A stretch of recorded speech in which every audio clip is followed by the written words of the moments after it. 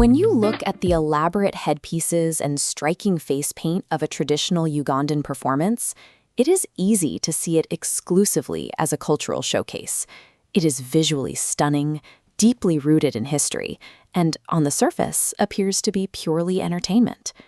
Because of that surface beauty, there is a common misconception regarding the people on stage.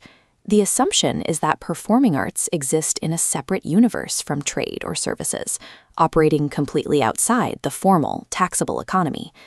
But that ignores the mechanics of the creative economy. This is a system where abstract human imagination, like a melody or a choreographed dance, is captured and converted into measurable economic value.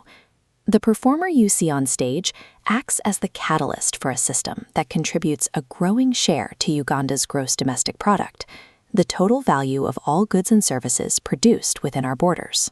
To accurately gauge the trajectory of Uganda's national wealth, we have to look past the costumes and the stage lighting. We need to analyze the performing arts exactly as we would any other sector, as a formal pillar of the national economy. Take Uganda's expansive tourism network. Every year, international visitors travel vast distances to see geographical assets like Murchison Falls or mountain gorillas in Bwindi. While the breathtaking landscapes draw them in, those visitors expect and pay for authentic local experiences during their stay. When they pay for those services using currency from their home countries, they are generating foreign exchange for the Ugandan economy. Safari lodges and hotels meet this demand by hiring local dance troupes and musicians to entertain their guests.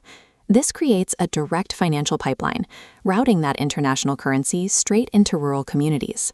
The geography brings the audience to the country, but the performing arts act as the conversion mechanism, turning a scenic view into spendable foreign exchange.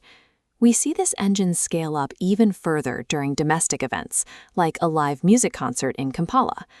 This illustrates the economic cycle of an event. At the center is the ticket revenue.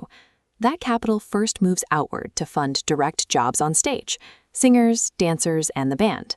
But the flow continues into a massive ecosystem of indirect jobs, funding event planners, engineers, and security. Finally, the capital reaches the macro level. Professional arts companies pay taxes, directing a percentage of the entire cycle straight to the Uganda Revenue Authority. You can see the physical reality of this diagram on the streets on the night of an event. Thousands of attendees create an immediate surge in demand for local transport providers, filling taxis and bodabodas long before the first song is played. A single concert ticket funds a sprawling microeconomy that puts wages in the pockets of local workers and helps fund national infrastructure.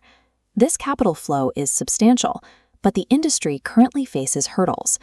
Music piracy strips revenue away from original creators, and a lack of formal business structures can leave professionals operating in a cycle of instability.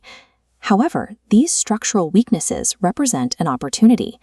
The missing infrastructure has created a distinct professional gap for anyone capable of driving professionalization into the sector. To close that gap, the market needs specialized talent behind the scenes.